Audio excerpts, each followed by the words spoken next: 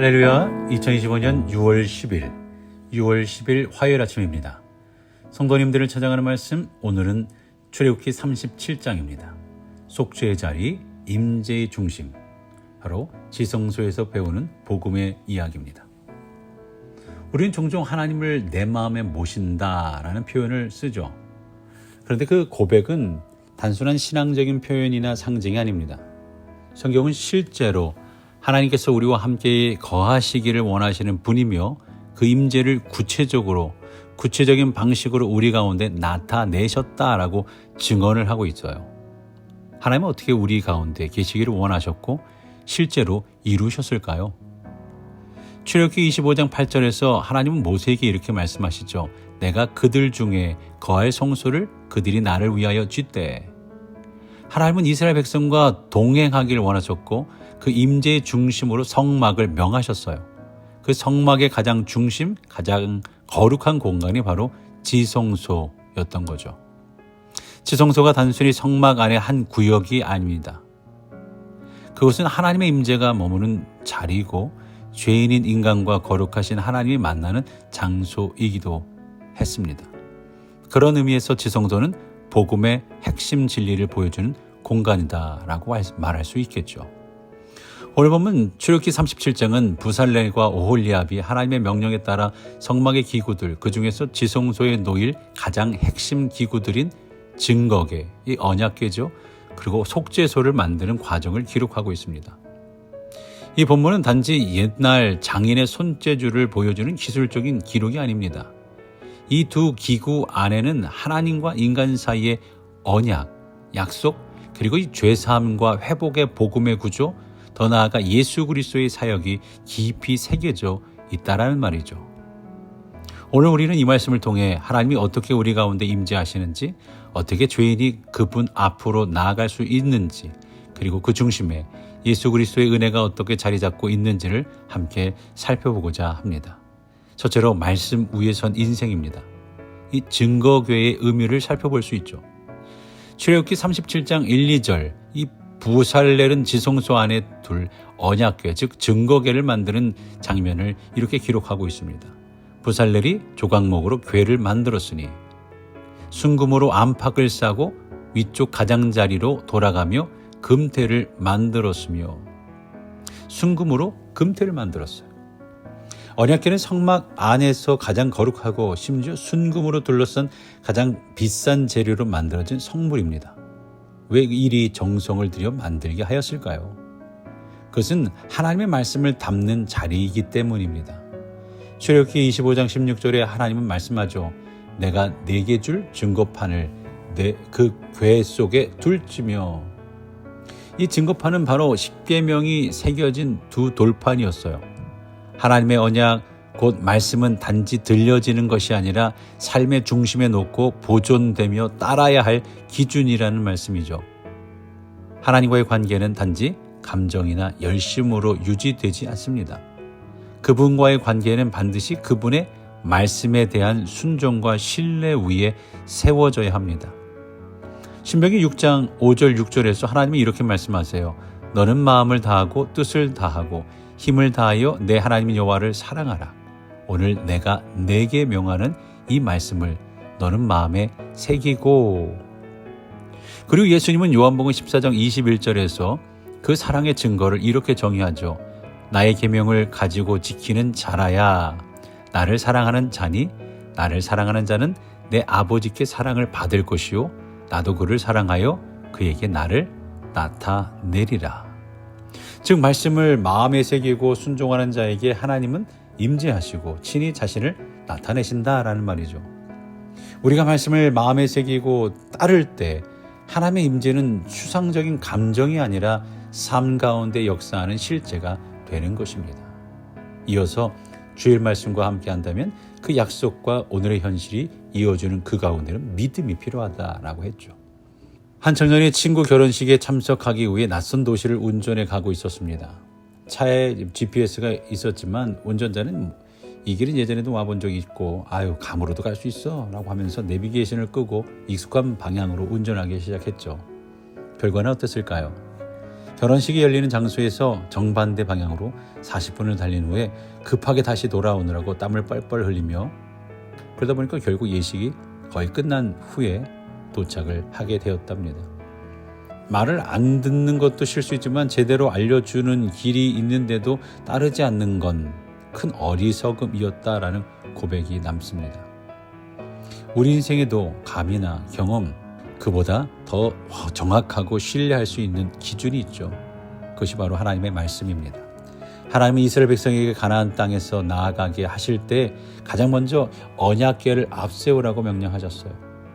요단강 앞에 멈춘 백성들에게 주신 명령은 제사장들이 궤를 메고 먼저 들어가라라는 것이었죠. 그리고 놀라운 일이 일어났어요.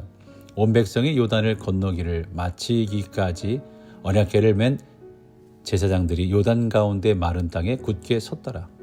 말씀이 앞설 때 막힌 길이 열리고 하나님의 임재는 눈에 보이는 능력으로 나타났던 거죠. 우리의 인생도 마찬가지입니다. 말씀을 앞세우면 내 경험이 멈춘 곳에서도 하나님은 새로운 길을 열어 가십니다. 열어 주십니다. 혹시 지금 막힌 인생의 길 앞에 서 계신가요? 무엇을 결정해야 하는 갈림길에 서 계신가요? 그렇다면 묻고 싶습니다. 지금 내 마음과 생각 앞에 말씀은 어디에 놓여 있습니까? 말씀을 단지 듣는데 그치지 말고 하나님의 뜻을 앞세우는 결정, 말씀에 순종하는 삶을 택할 수 있기를 바랍니다. 하나님은 그 길 위에 함께 하십니다. 그리고 그 말씀은 오늘도 우리를 지성소의 중심, 하나님의 임재가 머무는 자리로 인도하실 줄로 믿습니다. 두 번째로 피 흘림 없이 사함도 없다. 이 속죄소의 의미를 우리가 되새겨 봅니다. 출애굽기 37장 6절 9절은 이 속죄소에 대한 이야기를 기록하고 있습니다. 순금으로 속죄소를 만들었으니 9절에 그룹들이 그 날개를 높이 펴서 그 날개로 속죄소를 덮었으며 그 얼굴은 서로 대하여 속죄소를 향하였더라. 속죄소는 언약궤 위를 덮는 덮개이지만 단순한 장식이 아닙니다. 그 이상이죠. 그 위에 두 그룹, 천사라고 우리는 흔히 표현하는데요. 그 두 그룹이 날개를 펴서 서로 향하여 머리를 숙이고 있어요. 그런데 그 형상은 그 날개 아래는 하나님께서 죄인을 만나시는 자리요 은혜를 베푸시는 보호자를 상징한다라는 말입니다. 하나님은 출애굽기 25장 22절에서 이렇게 말씀합니다. 거기서 내가 너와 만나고 그 그룹 사이에서 내가 이스라엘 자손을 위하여 내게 명령할 모든 일을 내게 이르리라. 즉 속죄소는 하나님이 죄인과 만나는 자리, 그리고 말씀과 임재가 선포되는 자비의 보좌입니다. 하지만 이 거룩한 자리에는 아무나 들어갈 수가 없는 거예요. 1년에 단 한 번 대제사장이 백성의 죄를 위하여 동물을 죽여 피를 가지고 들어갈 수 있었습니다. 레위기 16장 14절에 그 피를 가지고 손가락으로 속죄소 동편에 뿌리고 속죄소 앞에 7번 뿌릴지니라. 이 피는 백성의 죄를 덮기 위해 생명의 대가였습니다. 백성의 죄를 덮기 위한 생명의 대가. 피는 죄의 대가로서의 죽음을 대신하는 생명의 상징이었어요. 히브리서 9장 22절에 명확하게 선언하죠. 율법을 따라 거의 모든 물건이 피로써 정결하게 되나니 피 흘림이 없은즉 사함이 없느니라. 그러나 이 모든 구약의 제사는 영원한 속죄를 이루지 못했습니다. 그래서 하나님은 독생자 예수 그리스도를 이 땅에 보내셨죠. 그분은 친히 대제사장이 되셨고 자신의 피로 단번에 완전한 속죄를 이루셨습니다. 히브리서 9장 12절에 염소와 송아지의 피로 아니하고 오직 자기의 피로 영원한 속죄를 이루사 단번에 성소에 들어가셨느니라. 이제 우리는 더 이상 해마다 피를 뿌릴 필요가 없습니다. 예수님의 십자가가 완전한 속죄를 이루셨기 때문이죠. 한 남성이 젊은 시절 많은 빚을 살고 있었습니다. 무책임했던 과거, 잘못된 투자, 어리석은 결정들로 인해서 수십만 불, 수백만 불 부채를 짊어진 그는 매달 밀려오는 독촉장과 이자에 시달리며 살았죠. 근데 어느 날 은행으로부터 연락을 받아요. 페이퍼가 날라옵니다. 귀하의 모든 채무가 정산되었으니 남은 잔액은 빵, 제로라는 거예요. 믿기 어려운 소식이었지만 확인 결과 한 익명의 후원자가 모든 빚을 대신 갚아준 것이었어요. 그 순간 그 남성은 눈물을 흘리며 이렇게 고백합니다. 내가 갚지 못할 것을 누군가 대신 갚아주었다. 이제 나는 두 번째 인생을 사는 셈이다. 우리가 짊어졌던 죄의 빚을 누가 대신 갚아주셨습니까? 바로 예수 그리스도. 예수 그리스도께서 십자가에서 피로 그 값을 지불하셨어요. 히브리서 4장에서는 그러므로 우리는 긍휼함을 받고 때를 따라 돕는 은혜를 얻기 위하여 은혜의 보좌 앞에 담대히 나아갈 것이니라. 속죄소는 이제 예수님의 십자가로 우리 모두에게 열린 자리가 되었습니다. 우리는 더 이상 죄책감과 두려움 속에 살지 않고 그리스도의 피를 의지하여 은혜의 보좌 앞에 담대히 나아갈 수 있는 존재가 된 줄로 믿습니다. 지성소는 우리 모두가 나아가도록 열려 있습니다. 사랑하는 성도 여러분, 우리 모두가 살펴본 출애굽기 37장은 단지 옛 성막의 제작 기술이 아닙니다. 그 안에 하나님의 말씀을 따라 살아가는 인생, 그리고 그리스도의 피로 속죄함을 받아 임재 안에 거하는 인생이 어떤 것인지를 분명히 보여주고 있습니다. 말씀을 품은 증거에는 우리가 무엇 위에 삶을 세워야 하는지를 말해줍니다.